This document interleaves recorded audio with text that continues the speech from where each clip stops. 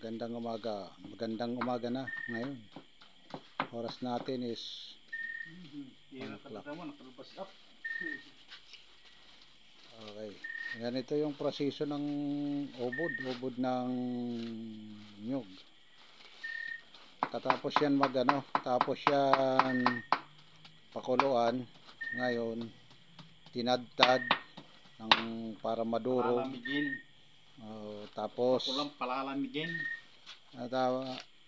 Pipiga. Mataas ng piga gagawing gagataan na, iluluto na. Ngayon kasalukuyan yan ginagawa ng kapatid ko para pigaan. Yan ang ito palang first time ko ito makakita na gano'n. First time ko makaranas ng ganito, nakikita at saka aktual na tumulong sa pagtagawa. Yan pala ay matrabaho pala, hindi lang ganun pala gulayin to. Di kagaya ng ibang gulay na ordinaryo,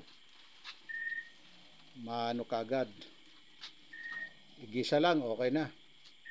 Ito kailangan pang kailangan pang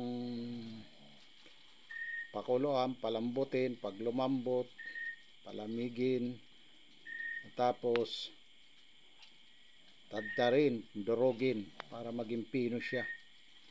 Tapos ayan, pinipiga na. Kasi matubig ito itong ubod ng nyug.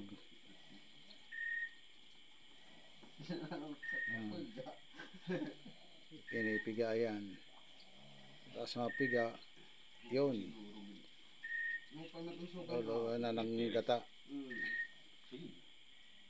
Ganun pala ito, katrabaho itong ubod ng nyug.